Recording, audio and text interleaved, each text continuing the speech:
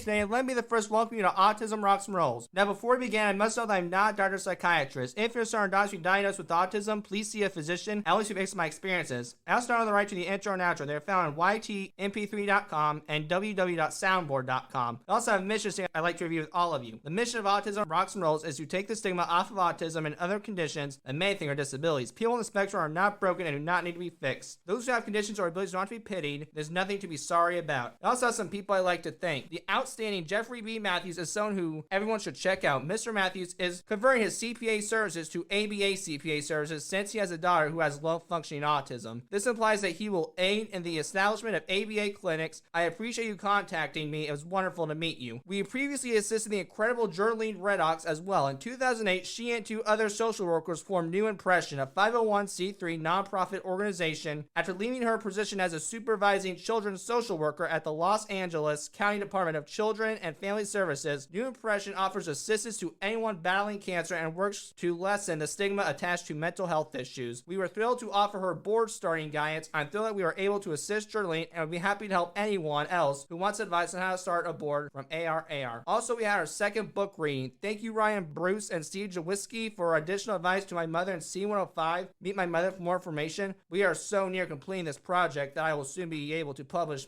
our book journey. ARAR is ecstatic. And since the last episode, I've been on several podcasts. I was on the 3E's podcast with DJ Ming, Navigating the Spectrum podcast with Michelle Portlock, Everything F podcast with Monica Callahan, along with her co-host Asia, and Loyalty and Friends podcast with Loyalty, also known as Cassandra Mitchell, along with her co-host Eric Allen, and Larry Pennington. These are all amazing podcasts to listen to. Now, folks, we'll be right back. We're hearing an ad from the Barn on Maryland Ridge, so let's get to it. There is a hidden gem in eastern Greene County, folks. Fowler's Pumpkin Patch and the Barn on Maryland Ridge Wedding Barn. Autism Rocks and Rolls is very proud to tell you about our friends Perry and Renee Fowler and their place of business. Both Fowler Pumpkin Patch and the Barn on Maryland Ridge is a relaxing drive approximately 15 minutes from the heart of Bloomington, Indiana, and an hour south of Indianapolis. You can find them at 5347 South Greene County Line Road, Bloomington, Indiana, 47403. The property has numerous picture locations, including several rolling fields, antique tractors, red and rustic barns, trees, and much more. Customized wedding packages are offered on their website. The surrounding area also provides several hotels in which to have your guests stay for your destination wedding. Also, Fowler's Pumpkin Patch is a family-owned and operated seasonal pumpkin patch. It's the perfect place to take your family for some fall fun. Enjoy picking out pumpkins, hay rides, a corn maze, and a petting zoo. Call the Fowlers today at 812-327-4895 or 812-325-6022. All right, folks, we're back, and yes, please check them out because you'll definitely hear the words I do at this wedding barn. Now, today, we also have a guest with us, a very special one, who is actually also my uncle. We call him Uncle Mike, and he is the proud father of 3 lovely children, and now a brand new recent grandpop as well, who he very loves. So, let's get to know him a little bit. Uncle Mike, how are we doing today, my friend? Doing great, Sam. How you doing? I'm all right, my buddy. So, my first question is, what does having a nephew with autism mean to you? Well, Sam, you're you. I mean, when you was born, I loved you then. And then when I heard you had autism, I didn't love you any less. So I think that you're a wonderful person. I mean, you learn there's some times where you kind of have a meltdown or something, and it's hard to get you back under control then. But other than that, it's wonderful, Sam. Well, I'm glad that you think that. And it's been a long journey, but I think that we all get there in our own ways. We get to the path of success somehow. What were your first thoughts when you learned that I had autism? Thought, oh boy, here we go. And then I started doing some research about it, seeing what it was, and still loved you the same. Didn't really affect me any too much because I still loved you. Well, I mean, it seems like a lot of things don't affect you, if that makes any sense. You're pretty much roll with the punches. I try. Ask my kids that, and they'll probably tell you no, because I'm kind of strict sometimes, but yeah. Maybe not everything, maybe not with raising your kids, but a lot of like things outside of parenting. Yeah, I try to roll with the punches. It's the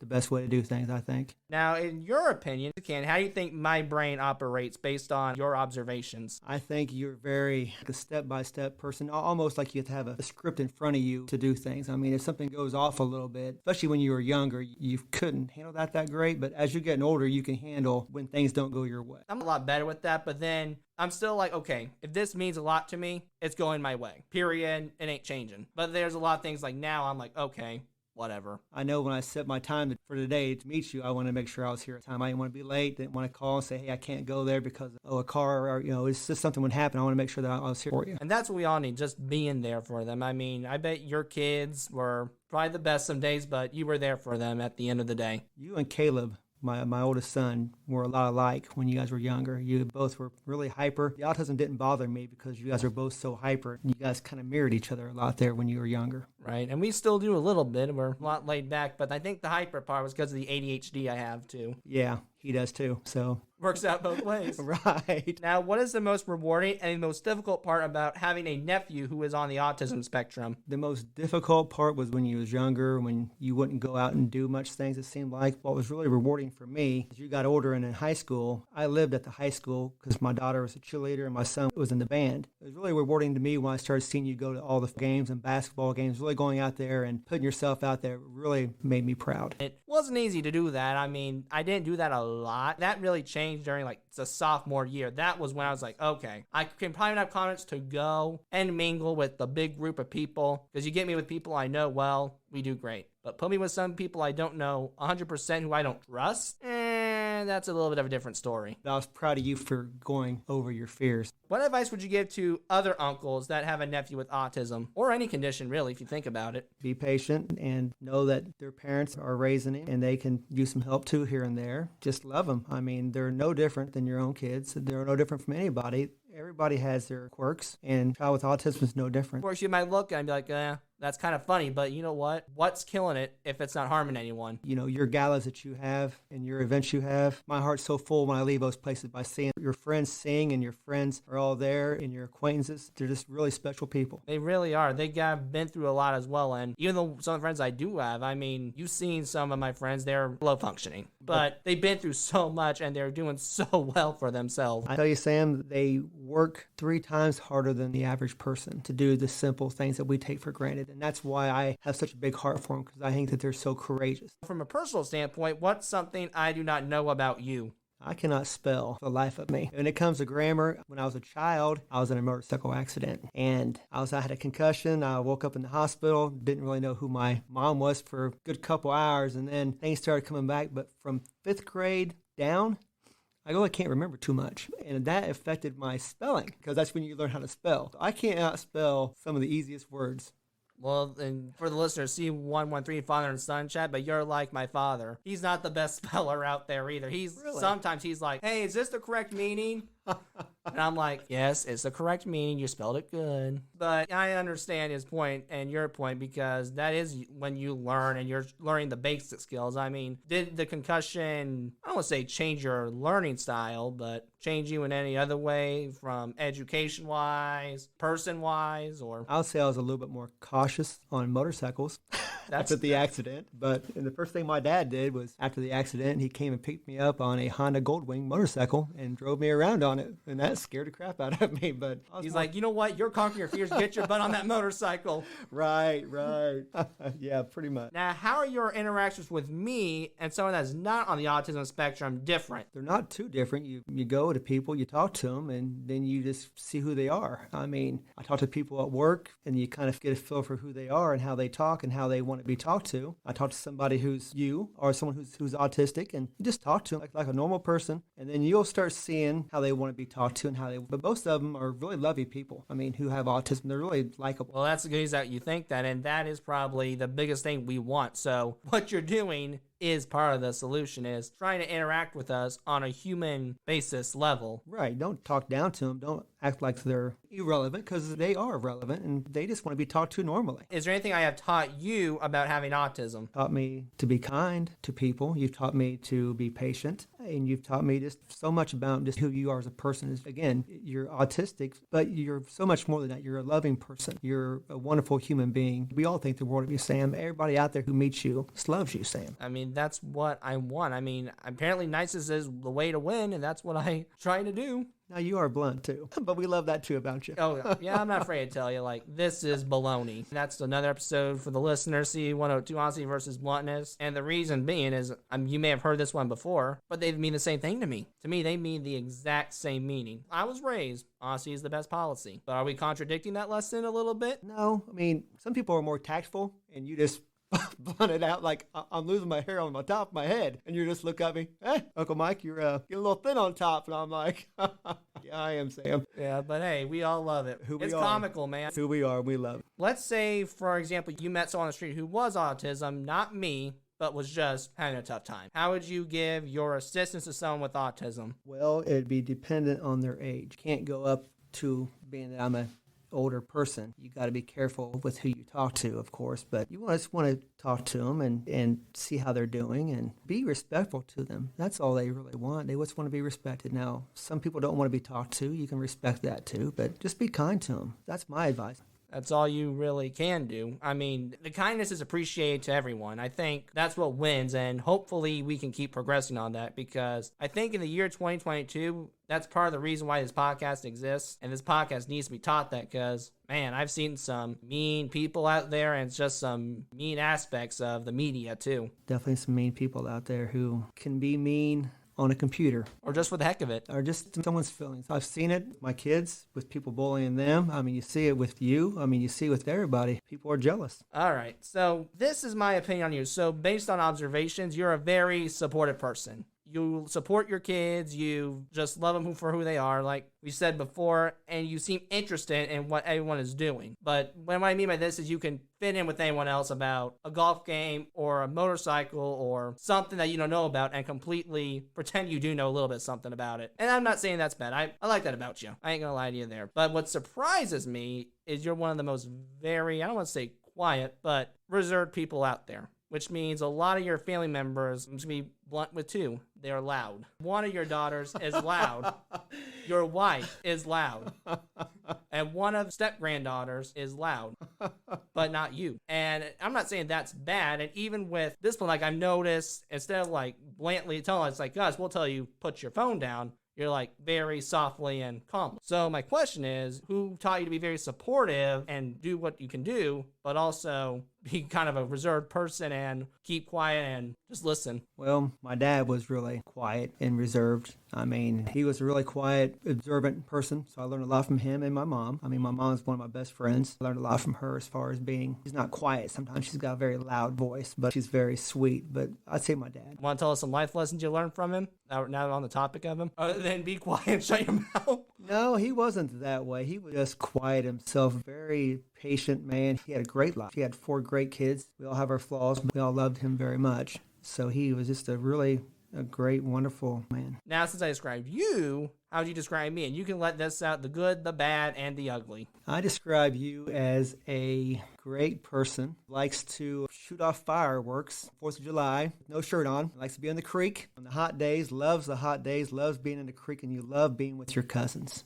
You love being with with those guys, and you love being you love being outside. And the outdoorsy man who isn't going to say the hunter, but is the guy who's like, all right, I can enjoy the outdoors and just take in the sunshine. Yeah, you love it, and you love your family. That's the way I was raised, man. Family's number one. Right, and it shows in how you are. You're very connected to your family. Now, we'll wrap it up here. These are just for fun. So, what is like your paradise meal or favorite food, and why is it your favorite? Chicken wings. Yay, now you know what we're talking about. Buffalo chicken wings. Even better. I love some B-dubs. I love some buffalo. Oh, yeah, buffalo's the way to go. The hotter, the better for me. Yeah, I used to be able to do really hot as I get older. Not so hot anymore. Yeah, it gets to me nowadays. I understand, but I understand that because I'm like the hotter the better, but who knows what happens.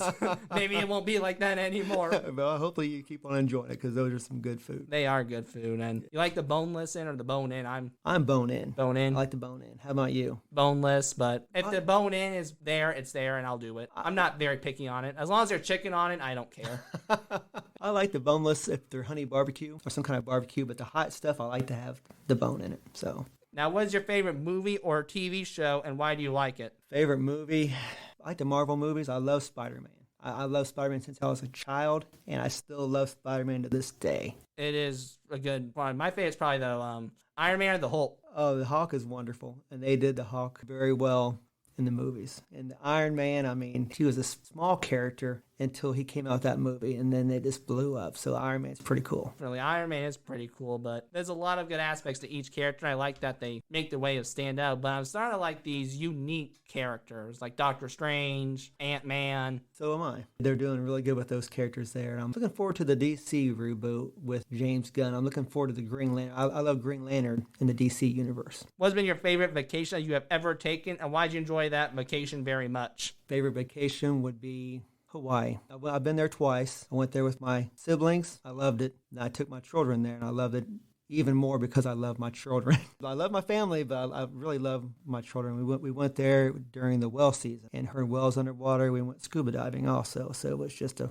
wonderful vacation. What part of Hawaii did you like? Did you like the ocean? Did you like swim with the dolphins? Or we liked the ocean. We went up on top of a mountain at sunrise and saw the sunrise on the mountain, and that was gorgeous. We did plan on going there this summer, but with Dad's not the best knee, it was not going to be affordable at the time. But we're planning on getting there in the future. You will love it. Oh, I can imagine. Like I said, the heat, the hot, the better with wings, the hot and better with the weather too. Right. It is the same temperature year round, and it gets dark about 6:30 every night. It's kind of bizarre, but it's wonderful. Now, are there any good memories that you want to tell our viewers about? If you do, why do you remember that memory the most? Now, I'd like to end with a good memory and a funny memory that made you fall on the floor, and both can be with your family, Branson, with whatever, your wife, your call, you want to answer it, my friend. A good memory was my oldest son, Caleb, my only son, Caleb. He lives in Switzerland right now, so we went there to visit him this last winter, and we landed in Italy. We got on the train, and the first train stop we get to was the first time I've been out of the country, and I'm 51 years old. So I go outside and just step out there, and I'm just taking in everything. Because I'm in a new country, I'm just taking it all in, just enjoying myself. And Debbie and the kids come outside. What are you doing out here, Dad? I'm like, enjoying myself, kids. And they're like, what does that mean? I know, right? That was an enjoyable memory. And then my funniest one of them would be when Lauren, your cousin, was 14 years old. We went to Kings Island. Her and my mom, Mammy, and my mom and Lauren and her friend went to Kings Island during Haunted Festival there. And we took this haunted train ride. Train broke down, quotation mark, and the girls, her friend goes, I ain't getting off this train. The train's not broke. So we laughed about that. And then we got off and started going down the haunted trail. And these people started coming out. And Lauren and her friend got so scared, they jumped out of line and started running across the whole place. and of course, once the people in the costume saw what they were doing, they started just like swarming them. And they were screaming. And me and my mom were laughing so hard we was dang near peed ourselves. But that's probably my funny memory. There's another one with Lauren. We can make fun of her. With you told me in passing, but I remember it, and I can just imagine. So, as we know from us, we like hot. Lauren doesn't. She doesn't do too well. I think one night you had B-dubs. Unintentionally, she thought she was eating honey barbecue or something like that. It was mild. I was mild. Well, she takes a bite. She's like, man, whew, that ain't mild. And then she looks on the box. Oh, it's the wild. No wonder why I'm sweating. She ate like 2 or 3 of them before she saw that they were wild. So, yeah, that is a good memory. And I'll tell you, with the amusement haunted stuff, I'd probably be running around too, because there's a point where I hate it, because after a while, it's funny, ha ha ha. But then after a while, it's like, okay, it's annoying. Right. Enough is enough. Right. Like, we've had your fun, go bother someone else. Right, but their job is, and when they smell blood, when they smell somebody who's scared, I mean, when they sense it or they hear it, it's just on. So yeah. But after a while, it's like, you had your fun. Right. You need to leave me alone now. Let me enjoy my time with my family and let me ride these roller coasters. Right. Well, at Kings Island, they have these trails so there's only certain spots where they scare you at. And we was just at a spot. Mike, I think that's all. Is there anything else you'd like to say before we close off? No, thank you guys for having me on. I appreciate it, and wonderful talking to you, Sam.